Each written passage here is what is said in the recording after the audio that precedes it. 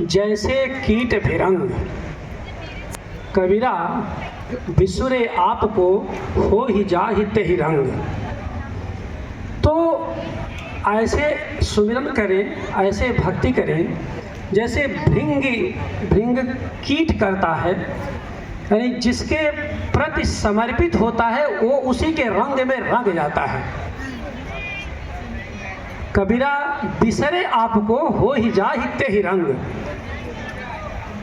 इन दोनों मित्रों ने जिस तरह से पुस्तक को लिखा है और जिस तरह से बनारस को इस किताब में देखा है और जिस तरह से भृंगी ऋषि के माध्यम से इसको प्रस्तुत किया है, वह निश्चित रूप से बहुत ही मूल्यवान है।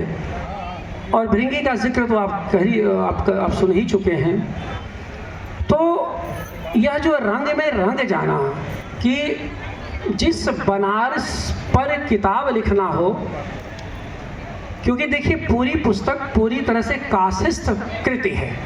इसको मैं काशिस्थ कृति इस अर्थ में मानता हूँ कि ये काशी का जो समाज है, काशी की जो सांस्कृतिक विरासत है, उसको अपने तरीके से इसकी खोज करती है, खोज की कोशिश करती है। इस रूप में भी ये बहुत महत्वपूर्ण है। बहुत सारे संदर्भ इस किताब में हैं और सारा के सारा जो संदर्भ है काशिस्थ होने के नाते शैव से शिव से जुड़ा हुआ संदर्भ है। कुंतक एक बड़े महान आचार्य रहे 8वीं-9वीं शताब्दी में, जिनके वक्रोक्त जीवित में किताब लिखा उन्होंने, जिसके पहले ही श्लोक है, जगत त्रितय वैचित्र चित्र कर्म विधायिनः शिवः शक्ति परिस्पंदो मात्रोपकरण नुवः। शिव शक्ति के परिस्पंद से ये पूरी सृष्टि रची गई है। यानी शिव और शक्ति एक दूसरे में समाहित हैं। यह पूरी किताब उसी शिव के भीतर अंतर्निहित शक्ति की तलाश की किताब है। अर्थात जो सबसे बड़ा मूल्यवान पक्ष ये है, पुरुष के भीतर मौजूद स्त्री तत्व के पहचान की पुस्तक है ये पूरी किताब। बाकी तो आप अपने उसके नैरेटिव से माइथोलॉजिकल संदर्भ हैं। मैं इस किताब के बारे में सोच रहा था कि आखिरकार इसका क्यों महत्व है, इस पर क्यों चर्चा होनी चाहिए, क्यों इसे पढ़ा जाना चाहिए। तो इस पूरी किताब के जो विन्यास में ये है कि पुरुष के भीतर जो अंतर्निहित स्त्री तत्व है उसकी पहचान करती है। और बार बार, और आप देखिए कि सांख्य दर्शन में पुरुष और प्रकृति का जो स्वरूप व्याख्यायित किया गया है, उसका कहीं न कहीं से एक स्वरूप इसमें दिखाई देता है, जहाँ पर जो प्रकृति है वो कर्मशील है और पुरुष है बिल्कुल चिंतनशील है। प्रकृति के द्वारा किया गया कर्म ही पुरुष को सक्रिय करता है, सांख्य दर्शन का निचोड़ है। और वहाँ से आप देखिए, और सांख्य दर्शन को देने वाले कौन हैं? और जो ये महर्षि का जो ये क्या नाम है, पंचकोशी पर कपिल, जो कपिल धारा है, कपिल धारा महर्षि जो कपिल हैं वो सांख्य दर्शन के प्रणेता रहे। और इसी बनारस में आकर के, जहां आज पंचकोशी के मार्ग पर अंतिम पड़ाव कपिल धारा है, वहां भगवान शिव की उन्होंने आराधना की थी और उन्हें फिर ज्ञान हुआ था पुरुष और प्रकृति की सत्ता का।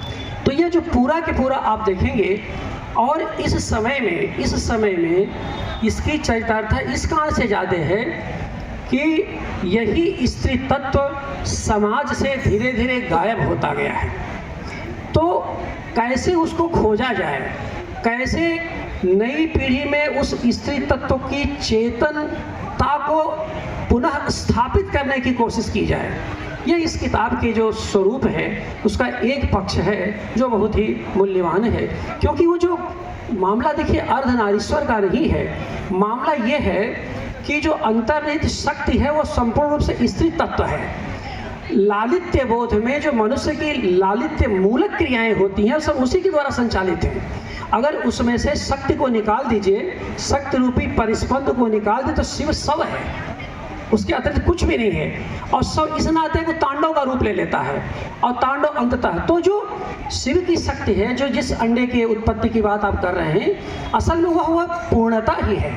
इसको कहा गया है ईशावास्योपनिषद में, पूर्णस्य पूर्णमादाय पूर्णमेवावशिष्यते।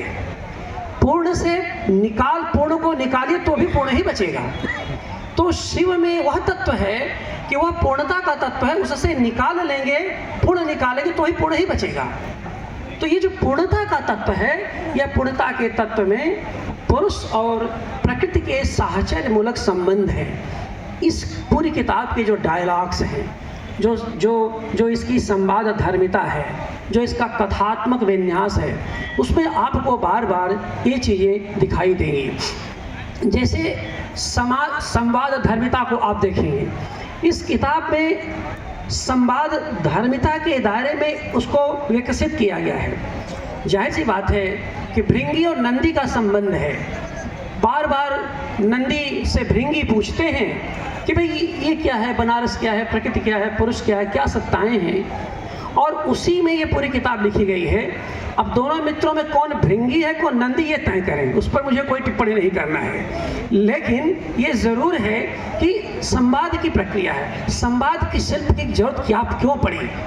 देखिए, बैठ करके लिखना, कोई बात करना एक अलग बात है, लेकिन संवाद के भीतर एक तो जो कनेक्टिविटी होती है, उसकी जो संबद्धता होती है, वह बहुत द्रुत गति से घटित होती है, जो कि किताब में हुआ है।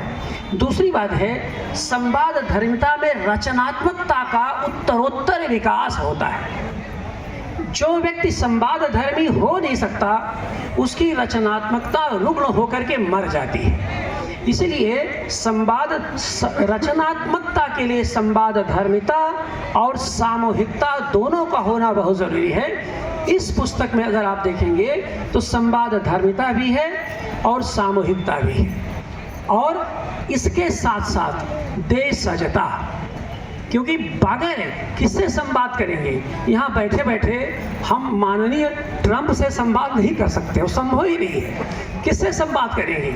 यहीं से संवाद करेंगे, बनारस के लोगों से संवाद करेंगे, अपने परिवेश से संवाद करेंगे, अपने मित्रों से, छात्रों से, घर परिवार से, घाटवाक से के लोगों से संवाद करेंगे, घाटिया संवाद करेंगे। तो सबसे बड़ी बात है कि ये संवाद का जो भूगोल बना कैसे, उस संवाद धर्मिता को आयाम कैसे मिला, वो मिला घाटवाक से। आप सब जानते हैं अंतर्राष्ट्रीय काशी घाटवाक विश्वविद्यालय एक हम लोगों ने बनाया। मिश्रा जी उसके संस्थापक कुलपति हुए, मैं संस्थापक मानद संकाय प्रमुख हुआ, बहुत सारे चीफ प्राक्टर हुए, बहुत सारे पद बदलते, बाकी लोगों का पद बदलता और हम दोनों का स्थिर रहा। बाकी कुछ चीफ प्राक्टर आए छोड़ गए, कुछ DSW आए चले गए अपनी प्रस्ताव। एनीवे, वो जो संवाद रहा, तो घाटों पर जो डॉक्टर मिश्रा ने देखा, जो अनुभव किया, तमाम स्थितियों का साक्षी मैं भी रहा हूँ। और इनका नागरी में जिस पर एक चर्चा हुई थी, एक बड़ा लेख है। वह जो इनका लेख है, वो भी लिखा नहीं गया है, मैं आपको बताना चाहता हूँ, वो बोला गया है। वो बोलता हुआ गद्य है, बोला हुआ गद्य है, इसी नाते बोलता हुआ गद्य है। तो उसको पढ़ते हुए जो आप एब्जॉर्व करते हैं, जो उसे कनेक्ट करते हैं, वो अद्भुत है। और इस पूरी किताब एक तरफ और इनका 4 पेज का वह लेख एक तरफ है, वो निचोड़ है। जाहिर सी बात है, थोड़े शब्दों में उसको कहना था।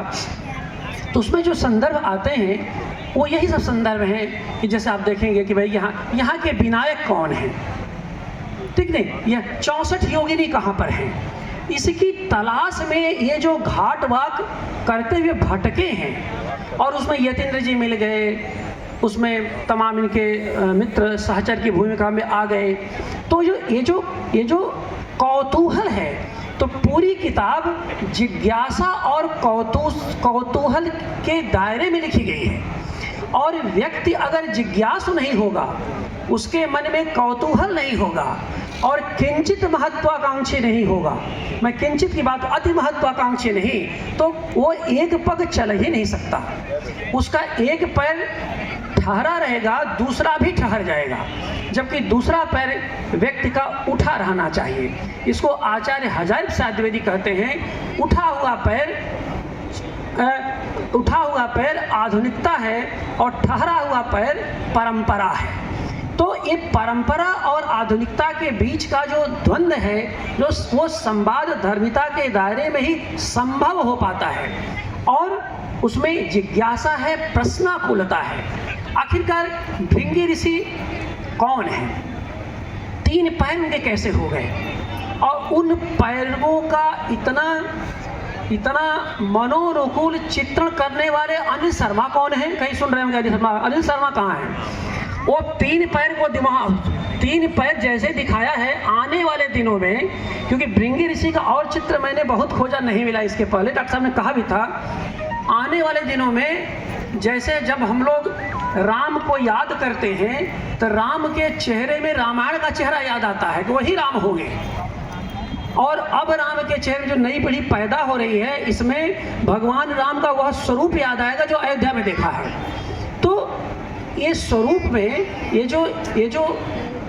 जो ब्रह्म स्वरूप में स्थिर हमारे देव हैं, इनका कोई स्वरूप कभी निश्चित होता ही नहीं। इतिहास के विकास की प्रक्रिया में समाज अपने लिए खोजता है और निरंतर खोजता रहता है अपनी अपनी विधाओं और सुविधाओं के अनुसार। तो इन चित्रों को अब देखिए कि अनिल शर्मा को श्रेय गया कि भृंगी ऋषि के बारे में जान करके 3 पैर वाले ऋषि को खड़ा कर दिया, और उसकी परिक्रमा की बात करके कि भाई ऐसा है कि झगड़ा कुल मामला ये था कि शिव की जो परिक्रमा थी वह पार्वती की परिक्रमा को छोड़ रहे थे, शक्ति की परिक्रमा को छोड़ रहे थे। उन्होंने कहा कि शिव से मेरा काम चल जाएगा। इसलिए यहाँ जो बैठे हुए युवक हैं वो केवल पिता की परिक्रमा करके काम चलाना चाहेंगे तो संभव नहीं है, स्थूल हो जाओगे। पिता के साथ माँ और माँ के साथ पिता दोनों की परिक्रमा करो, नहीं तो वही जो है 3 टांग वाले भृंगी ऋषि बन जाओगे। ताकत तो आएगी लेकिन जमीन पर टिकने की सामर्थ्य नहीं रहेगी, और अंत में एक तीसरा टांग लगा के चलना पड़ेगा। भृंगी ऋषि कोई इस तरह की नहीं कि भाई मतलब वो प्रश्न है। भृंगी ऋषि हमारे सामने इस पुस्तक में प्रश्न के रूप में खड़े होते हैं, और नंदी से बार बार वो प्रश्न पूछते हैं और नंदी उसका जवाब देते हैं। बड़े मजेदार प्रसंग हैं कि सब तो मेरे बारे में भृंगी ऋषि पूछते हैं कि मुझसे तो सब पूछ लिया, आपने अपने बारे में तो बताया नहीं कि भगवान शिव के मंदिर के सम्मुख आप क्यों खड़ा रहते हैं, आपके कान में लोग क्यों फूंकते हैं, हमारे कान में तो कोई, शिव के कान में तो कोई नहीं फूंकता, लेकिन आपके कान में फूंकते हैं। शिवलिंग से मुंह सटा करके आज तक तो किसी ने कुछ कहा नहीं, कहा होगा अपने मन में, कहा होगा पकड़ करके, लेकिन नंदी के कान में सट करके लोग कहते हैं। तो जो जवाब है वो जवाब बड़ी रचनात्मक जवाब है, ऐसा नहीं कि माइथोलॉजी से कहीं शास्त्र में लिखा गया है, उसको क्रिएट किया गया है, और मुझे लिखना हो तो मैं नया क्रिएशन उसमें डाल दूंगा। तो ये जो हर व्यक्ति अपने लिए क्रिएट करता है, कहा गया है कि कबहू का अम्ब अवसर पाई मेरियो सुध ध्याई में कुछ करुण कथा चलाई। कैसे है ये? तुलसी ही लिख रहे हैं कि भगवान शिव से मैं कह नहीं सकता, तो कबहू का अम्ब अवसर पाए, मेरी समस्या बहुत विकट है, मैं आपसे कुछ कहना चाहता हूँ। तो आप माँ हैं, मेरी बात को सुन लेंगी, इसलिए किसी बहाने से जो मैं कहना चाहता हूँ वो सीधे नहीं, क्योंकि मान लीजिए अब देखिए भारतीय संस्कृति की जो संवाद धर्मी परंपरा है, अपनी बात को कहने का जो तेवर है, सीधे कह देंगे। जैसे होता है ना कि हमारे मित्र राकेश जी जो DIG CRPF हैं यहाँ पर बैठे हुए हैं, अब कई बार क्या होता है कि कुछ मान लीजिए इनके तमाम लोग अब DIG सीधे कह दिए तो पता नहीं मना कर देंगे तो क्या होगा, तो अगल बगल के लोगों से माहौल ले करके तनी साहब से हमारी बात कह दीजिएगा, शायद मेरा काम हो जाए। कि अगर मना भी कर देंगे तो सीधे चोट नहीं पहुंचेगी। वो तो प्रतापी शिव हैं, शिव के सम्मुख अगर आप जो है बोल दिया और कहा ना ना ना अभी कुछ कोई पूर्ति नहीं, तब क्या होगा? तो कहा कबहू। तो नंदी वो माध्यम है जो शिव तक उनकी बात पहुंचाते हैं अपने भक्त की। तो ये जो माध्यम की तलाश है, यह माध्यम की तलाश उस धर्मिता के दायरे में हमारे पास आई है। इस किताब में बनारस का बनारसी लहजा है, बनारस के सांस्कृतिक भूगोल है, और सबसे बड़ी बात है कि घाटों का पार्श्व भी है, घाटों का सम्मुख भी है। तो इसमें पार्श्व बनारस भी है और सम्मुख बनारस भी है। इतना ही नहीं, जब हम लोगों को जगह कम पड़ गई घाट पर और तरह तरह की चीज़ें आई, सामने नदी है गंगा, पीछे घाट है जहाँ खड़े हैं, उसके पीछे शहर है, तो रेत पे चले गए। और कोरोना काल में रेत पर कुर्सी, नाव पर कुर्सी लाद करके उसकी तस्वीरें, अद्भुत तस्वीरें उस समय की हैं। कोरोना काल में जो है हमारे शिष्य डॉक्टर अमरजीत राम ने कविता लिखी कि हुमच हुमच के दोनों नाव चला रहे हैं। ये उसमें हुमच हुमच का जो शब्द है, एनीवे, तो कहने का से ये है कि वो जो अनुभव है, तो देखिए साहित्य में अगर अनुभव नहीं बोलेगा, केवल ज्ञान के भरोसे साहित्य का बड़ा भवन खड़ा नहीं कर सकते। उसमें जो आनुभविक आत्यंतिकता का समावेश होना जरूरी है। तो यह कृति आनुभविक आत्यंतिकता की कृति है, जिसमें देखा, और आप जान लीजिए जॉन बर्जर की एक बड़ी अच्छी किताब आई है देखने के तरीके, बहुत सेलिब्रेटेड किताब है। जॉन बर्जर लंदन के रहने वाले हैं, बड़े ये कला का मंदिर, कला का परिसर है, जितने कलाकार हैं जान लें, लंदन के बर्जर बहुत बड़े कलाविद हैं, बहुत बड़े। बहुत अच्छी बात उन्होंने उस पुस्तक के पहले ही वाक्य में लिखा है कि देखना हमेशा शब्द के पहले होता है।